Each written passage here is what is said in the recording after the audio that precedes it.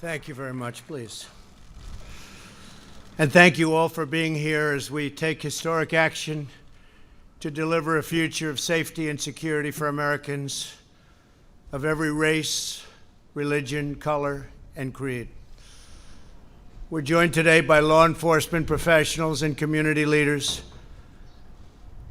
Though we may all come from different places and different backgrounds, we're united by our desire to ensure peace and dignity and equality for all Americans. I've just concluded a meeting with incredible families, just incredible families that have been through so much. The families of Ahmaud Arbery, Botham Jean, Antoine Rose, Jamel Roberson, Adiana Jefferson, Michael Dean, Darius Tarver, Cameron Lamb, and Everett Palmer. These are incredible people, and it's so sad. Many of these families lost their loved ones in deadly interactions with police. To all of the hurting families, I want you to know that all Americans mourn by your side. Your loved ones will not have died in vain. We are one nation, we grieve together, and we heal together.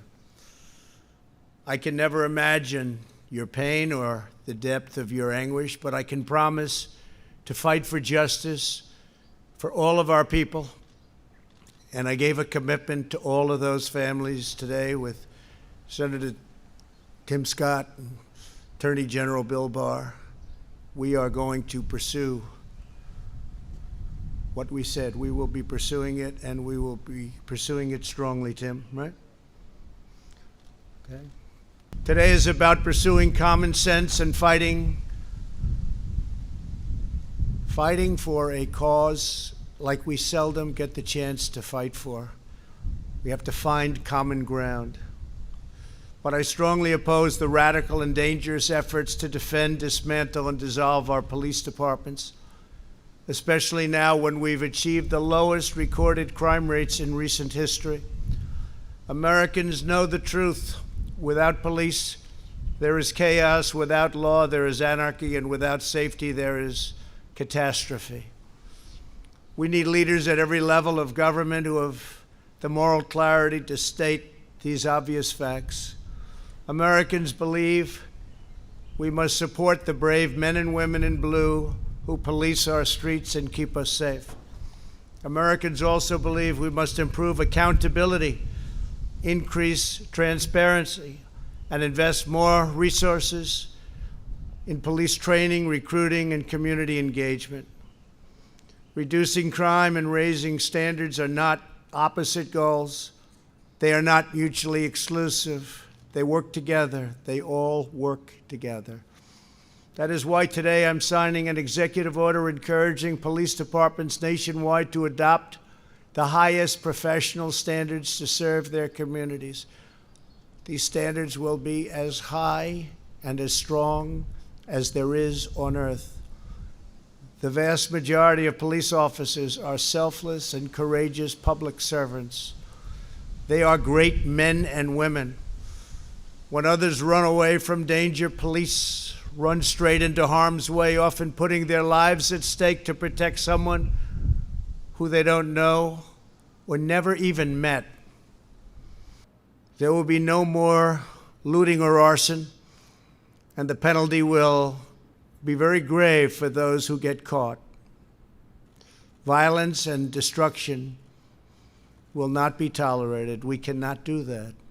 The looters have no cause that they're fighting for, just trouble. Every day, police officers make great sacrifices to keep our communities secure and safe. In 2018, our police arrested nearly 12,000 people for murder, 25,000 people for rape, and nearly 1.5 million for assault. Very dangerous criminals. In many cases, local law enforcement is underfunded, understaffed, and undersupported. 47% of all murders in Chicago and 68% of all murders in Baltimore went without arrests last year. Americans want law and order. They demand law and order. They may not say it. They may not be talking about it, but that's what they want. Some of them don't even know that's what they want, but that's what they want. And they understand that when you remove the police, you hurt those who have the least the most. We expanded affordable options for better health care. We created opportunity zones with Senator Tim Scott. Brought it to me. We didn't know if we could get it past him, right? But we got it passed, and I think it's probably one of the great things that we've done in this administration. Tens of thousands of jobs, billions and billions of dollars being brought into areas and neighborhoods that would never, ever, ever be taken care of monetarily. Areas that didn't have 10 cents put in them for years and decades. And now people are investing, thriving, and the jobs have come back. We achieved the lowest Black, Hispanic, and Asian unemployment rates in American history. And we will do it again. We'll do it again.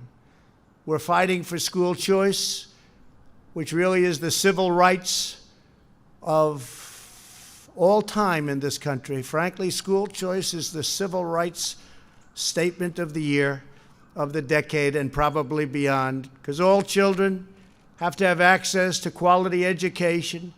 A child's zip code in America should never determine their future, and that's what was happening. So we're very, very strong on school choice, and I hope everybody remembers that. Children deserve equal opportunity because we are all made equal by God. So true. A great jobs market and thriving economy is probably the best thing that we can do to help the Black, Hispanic, Asian communities. We had the best unemployment and employment. We had best unemployment and employment numbers. Think of that. In the history of our country, we're up to almost 160 million people working. There was never anything even close. And that's for almost every group, including Black, Hispanic, Asian, women, young people, old people, young people without a high school diploma. Every group. Everybody was thrilled. Everybody had just about high-paying jobs. Our country was never in a better position, and we were planning on massive growth. It was happening. It was already there, including big salary increases, which were already taking place for the last 2.5 years. Big, big increases, record increases. Nobody's seen anything like it. And then we got hit by the virus, along with the rest of the world, and now I'm building it up again. Here we go again. But I'm building it up again, and it's moving fast, and it will be even better than before, because we also learned it will be better than before. Jobs are rapidly coming back, and retail sales that were just announced 2 hours ago, just a little while ago, they're up a staggering 17.7%. Amazing. The projection was anywhere from 6 to 8%. We're up 17.7%. And what does that mean? The stock market went through the roof.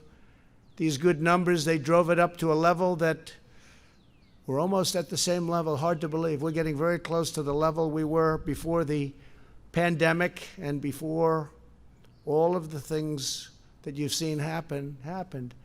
That's a great thing, because ultimately it's about jobs. It's about, the government can never do anything like a great job for a person where they look forward to getting up in the morning and going to work and getting a much bigger check than they could ever get otherwise.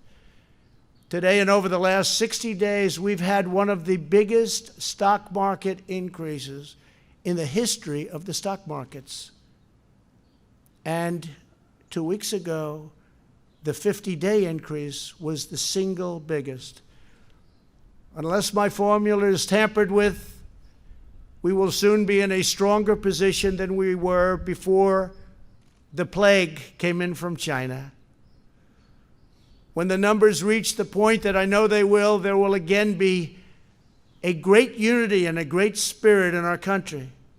People will have that job back that they might have lost. They'll be making even more money than they did before. We have some brilliant people working with me, and we put it together. We did it once, and we're very easily doing it again. We're way ahead of schedule. You'll see that. You'll see the third quarter numbers will be very good. You'll see fourth quarter will be really good, and you'll see next year will be one of the best economic years this country has ever had.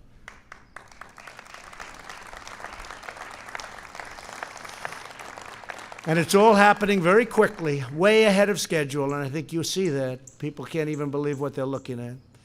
But on top of all of that, before the end of the year, I predict we will have a very successful vaccine, therapeutic, and cure. We're making tremendous progress. I deal with these incredible scientists, doctors, very, very closely. I have great respect for their minds. And they have come up with things, and they've come up with many other cures and therapeutics over the years. These are the people, the best, the smartest, the most brilliant anywhere. And they've come up with Americans can achieve anything when we work together as one national family. To go forward, we must seek cooperation, not confrontation. We must build upon our heritage, not tear it down, and we must cherish the principles of America's founding as we strive to deliver safe, beautiful, elegant justice and liberty for all.